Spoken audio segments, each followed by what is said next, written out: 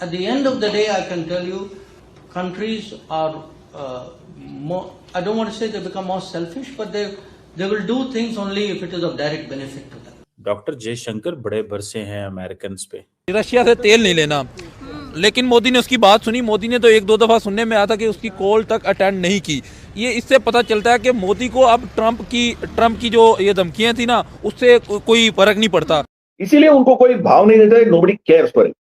तो इसीलिए मोदी जी उनसे मिलना बंद कर दिया, उनसे बात करना बंद कर दिया, और वो वाशिंगटन बुलाया तो भी मोदी जी गए नहीं उधर। और तो और हम व्लादिमीर पुतिन को यहाँ बुलाया, उसको रेड कार्पेट वेलकम दिया, और इसको जहां खुजली होना है, जहां मिर्ची लगनी है, वहां लग गई डोनाल्ड ट्रंप को। तो खौफ और डर इंडिया को नहीं है, जयशंकर को नहीं है। उन्होंने एक बड़ी स्ट्रेट स्टेटमेंट दी। ट्रंप के खिलाफ इतने अपने कानून साज अवार्ड्स उठा रहे हैं कि बस कर दें। पहले वेनेजुएला पर हम आपको कंडेम कर रहे थे, अब ग्रीनलैंड की भी बारी आ रही है, ये नहीं हो सकता, ये नहीं होने दिया जाएगा, और इस पर आवाजें उठ रही हैं अमेरिका के अंदर। It's a frightening thought, but these are crazy times. Could the United States really go to war with its own NATO allies? तो अब वो कह रहे हैं कि जी ये तो फिर अब 32 ममालिक का इत्तेहाद नेटो, उसका क्या बनेगा? जिस दिन अमेरिका ने कार्रवाई की, नेटो खत्म समझें। जो कन्वर्सेशन की है, ठीक है जी, वो उसको आप देखें कि जी आप हमें तो बड़े लेक्चर देते हो, खुद वेनेजुएला में क्या किया।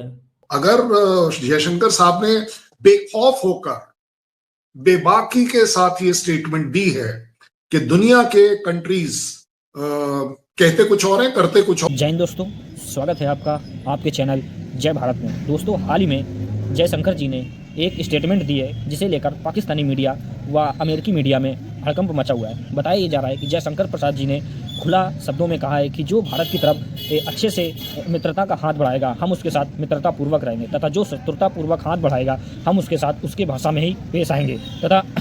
तथा जयशंकर जी का ये भी कहना है कि जो देश इंडिया पाकिस्तान के रिलेशंस के बीच में, लड़ाई झगड़े के बीच में उंगली करेंगे, हम उनके ऊपर भी नज़र रखेंगे और आने वाले समय में हम उनका भी मुंह तोड़ जवाब देंगे। तथा जयशंकर का ये भी कहना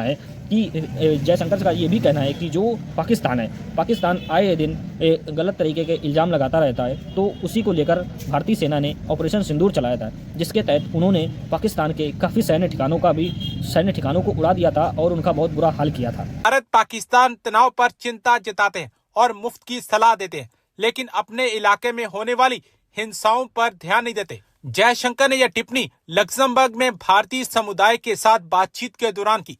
उन्होंने मई 2025 में हुए ऑपरेशन सिंदूर का उदाहरण देते हुए कहा कि अप्रैल में पहलगाम में हुए आतंकी हमले के जवाब में भारत ने पाकिस्तान में आतंकी ठिकानों और सैन्य स्थलों पर हमला किया। उस दौरान कई दूर के देशों ने तनाव बढ़ने की चिंता जताई और भारत को संयम बरतने की सलाह दी। ये देश ये नहीं देखते कि वह खुद क्या कर रहे हैं, और ये नहीं सोचते कि उनकी गतिविधियां बाकी दुनिया को कितनी चिंता देती हैं। विदेश मंत्री ने स्पष्ट किया कि जो देश भारत के साथ सकारात्मक और सहयोगी रवैया अपनाते हैं, उनके साथ हम उसी तरह व्यवहार करेंगे, लेकिन जो पाकिस्तान जैसी हरकतें करते हैं, उनके साथ अलग तरीके से निपटा जाएगा।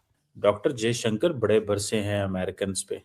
कहते हैं कि हमें तो ऑपरेशन सिंदूर पे कहते थे कि जनाब हम बड़े परेशान हैं आपके बारे, तो ये होगा वो होगा, और अब जो कुछ उन्होंने वेनेजुएला में किया है, इस पे वो कह रहे हैं कि हम भी बड़े परेशान हैं। कैसे देखते हैं? और वो कह रहे हैं हमें फ्री एडवाइस देते हैं। और दूसरा ये है कि वो कह रहे हैं उनके अपने मुल्क में, अपने इलाके में क्या हो रहा है। अगर खौफ होता यूएस का या ट्रंप का, तो इस तरह की बात कोई बोल ही नहीं सकता। खौफ और डर पाकिस्तान को जरूर हो सकता है, क्योंकि वो कभी ट्रंप के खिलाफ नहीं बोल सकता, नोइंग फुली वेल कि ट्रंप को किसी दूर दूर तक सपने में भी नोबेल पीस प्राइज नहीं मिल रहा है। बट फिर भी अकेला एक कंट्री है जो बोलता है कि नहीं जी शायद मिल जाए, हम तो रिकमेंड करते हैं। तो खौफ और डर इंडिया को नहीं है, जयशंकर को नहीं है। उन्होंने एक बड़ी स्ट्रेट स्टेटमेंट दी है। और अबव ऑल मुझे तो यही नहीं समझ आया कि सिर्फ कमर चीमा साहब को इस स्टेटमेंट में यूएस क्यों दिखाई दिया, जबकि वो स्टेटमेंट जर्नल है, बिल्कुल स्ट्रेट जर्नल है कि वर्ल्ड में जो पावर्स हैं, जो सो कॉल्ड डेवलप्ड नेशंस हैं, जो अपने आप को बहुत एडवांस्ड बताते हैं, ह्यूमैनिटेरियन बताते हैं, जब उनके आचरण कि ह्यूमैनिटेरियन होना चाहिए, इंसानियत होना चाहिए, ये है वो, ये लोग कर क्या रहे हैं? अगर आपने एक सेकंड के लिए, क्योंकि सिर्फ आप इसको सीधे ट्रंप के ऊपर ले जा रहे हैं, तो ट्रंप की स्टेटमेंट्स बड़ी क्लियर हैं कि दुनिया में पीस होनी चाहिए, प्रॉस्पेरिटी होनी चाहिए, सोवरनिटी होनी चाहिए।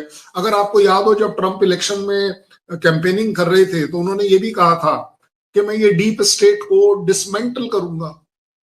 बट जब करने की बात आई तो आप आज देख रहे हैं कि दुनिया में डीप स्टेट कितनी अच्छी तरह से काम कर रहा है, उन्हीं के लिए। बुरी मैं इसलिए नहीं बोल रहा क्योंकि उनके लिए अच्छी है। सो अगर जयशंकर साहब ने बेखौफ होकर, बेबाकी के साथ ये स्टेटमेंट दी है कि दुनिया के कंट्रीज कहते कुछ और है, करते कुछ और है, और इसीलिए कृपया कर हमें सरमन मत दीजिए, हमें ज्ञान मत दीजिए।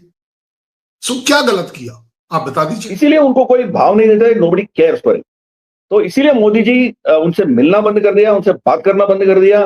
पर जो उनके काम करने के तरीके को अगर इवेलुएट किया जाए तो आप हमेशा पाएंगे कि जो लोग जो कहते हैं उसको कहीं नजदीक तक नहीं कर रहे हैं। अगर यूक्रेन की वॉर को कोई भी फ्यूल कर रहा है, फ्यूल अप कर रहा है, उसमें पैसे कंट्रीब्यूट कर रहा है सिर्फ रशिया का ऑयल खरीद कर, तो ये तो गलत हो जाएगा। वो जो गैस खरीद रहा था जर्मनी, यूरोप जो जब गैस खरीद रहा था उसकी नॉर्डर्न लाइन 1 और 2 में, वो क्या था? वो क्या ह्यूमैनिटेरियन वो था सालों साल तक। इवन यूक्रेन युद्ध के बाद भी जर्मनी का तो आपको याद आ जाएगा कि डिक्लेरेशन भी था कि हम अगले साल तक अपने आप को सेल्फ सफिशिएंट करेंगे, तब तक हम गैस लेंगे। उससे भी ऊपर चल पड़ते हैं। ट्रंप ने बोला हम यूक्रेन को और हथियार नहीं देंगे क्योंकि वो पीस के लिए मान नहीं रहा है। यूरोपियन यूनियन ने क्या कहा? बोले नहीं जी हम तो देंगे। सो अब आप सोचिए, अगर इसका एक करेक्ट ऑनेस्ट एनालिसिस जयशंकर साहब दे रहे हैं दुनिया के लिए, अपने लिए भी है ये बात बाय द वे, कि दुनिया में ये जो प्रीचिंग है, और वो वाशिंगटन बुलाया तो भी मोदी जी गए नहीं उधर। और हम व्लादिमीर पुतिन को यहाँ बुलाया, उसको रेड कार्पेट वेलकम दिया, और इसको जहां खुजली होना है, जहां मिर्ची लगनी है वहां लग गई डोनाल्ड ट्रंप को, और खुद ट्वीट किया कि अब भारत हमारी हाथ से निकल गई और फिर वो रशिया और चाइना के गुट में चला गया, हम कुछ नहीं कर सकते करके वो खुद ट्वीट किया। और एक बार ट्वीट करता है कि डेड इकोनॉमी भारत का करके ट्वीट करता है। हु केयर्स ना? We are the fastest growing, G20 में फास्टेस्ट ग्रोइंग इकोनॉमी भारत है, फिर भी वो बोलते रहता है। मगर डोनाल्ड ट्रंप जो है वो ट्रांसैक्शनल बंदा है, वो ना दोस्ती रखता है ना दुश्मनी रखता है हमसे। वो ना दोस्त, हमारी कोई दोस्त नहीं है, ना हमारी दुश्मन है। एक प्रेशर डाल के हमें कंट्रोल करने का कोशिश करता है, और प्रेशर के उनके दबाव में आते हैं तो खुश, नहीं आते हैं तो हमारे सामने गिड़गिड़ाते हैं। ये उनका स्टैंडर्ड पैटर्न है।